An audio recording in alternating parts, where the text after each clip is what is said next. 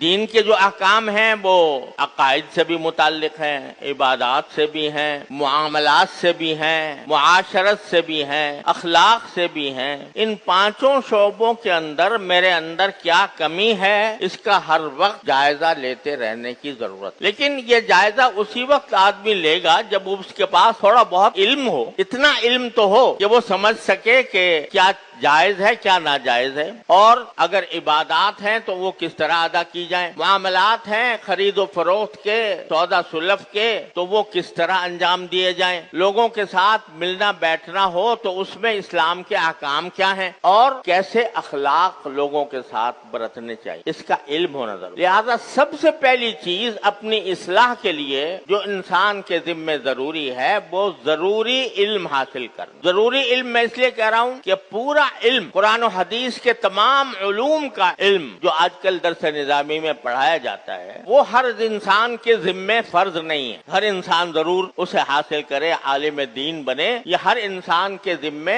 فرض نہیں، لیکن اتنا علم کہ اسے اپنی زندگی گزارنے کے لیے اللہ تبارک و تعالیٰ کے احکام کے مطابق زندگی گزارنے کے لیے جتنی باتیں ضروری ہیں ان کا علم حاصل کرنا ہر مسلمان پر فرض عین ہے۔ فرض عین کا مطلب ہے ہر فرد پر فرض ہے، ہر انسان پر فرض ہے، اور اس علم کی نوعیتیں جو فرض ہے، نوعیتیں وہ افراد کے لحاظ سے مختلف ہوتی رہتی۔ جو عبادات ہیں ان کا علم تو ہر مسلمان کے لیے ضروری ہے، نماز کیسے پڑھی جائے، کس طرح نماز صحیح ہوتی ہے، کس طرح غلط ہوتی ہے، کون سی چیز سے نماز فاسد ہو جاتی ہے، کون سی چیز سے صحیح رہتی ہے، یہ تو ہر مسلمان کے لیے ضروری ہے۔ وضو کیسے کیا جائے، وضو کے اندر کیا فرائض ہیں، کیا سنتیں ہیں، وہ جاننا ہر مسلمان کے لیے ضروری ہے۔ روزے، زکوٰۃ، حج وغیرہ کے احکام بھی بقدر ضرورت جان لینا ہر مسلمان کے ذمے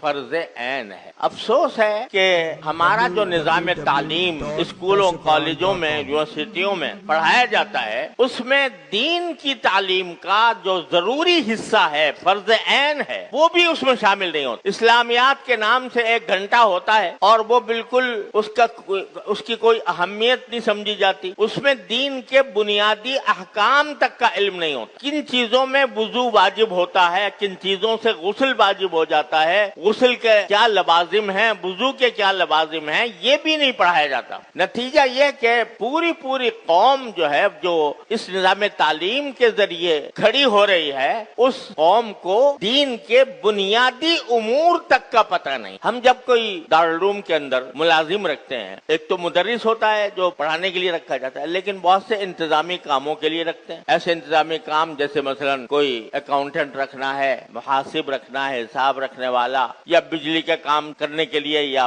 پلمبنگ کا کام کرنے کے لیے، یا صفائی وغیرہ کے لیے۔ تو جب ہم ان کو بلا کر ان سے انٹرویو کرتے ہیں، یعنی ان کی معلومات پوچھتے ہیں، تو اس قدر افسوس ہوتا ہے کہ ان سے وہ پڑھ کے انہوں نے بیچلر بھی کر لیا اور ایم ایس بھی کر لیا اور بڑی ڈگریاں بھی حاصل کر لیں، ان سے پوچھا کہ بھائی قرآن مجید پڑھا ہے کبھی؟ تو فرماتے ہیں نہیں بھائی پڑھا نہیں پڑھا۔ بڑی ڈگریاں حاصل کر لیں لیکن قرآن کریم کو پڑھنا تک نہیں آیا، معنی سمجھنے تو بات بہت دور کی بات ہے۔ ان سے پوچھا جائے کہ بھائی کوئی دینی کتاب پڑھی ہے، ایسی کتاب جس میں یہ بتایا گیا ہو کہ وضو کا کہ کیا فرائض ہیں، کیا سنتیں ہیں، کن چیزوں سے وضو ٹوٹتا ہے، کن سے نہیں ٹوٹتا، اور جو غسل کن صورتوں میں واجب ہوتا ہے اور غسل کا طریقہ کیا ہے، تو بے خبر ہو۔ نماز اگر کوئی پڑھ لے تو اس کا احسان ہے، ورنہ نماز کی پابندی کی بھی کوئی ضرورت نہیں، اور اگر ہو بھی تو نماز کے احکام کا پتہ نہیں۔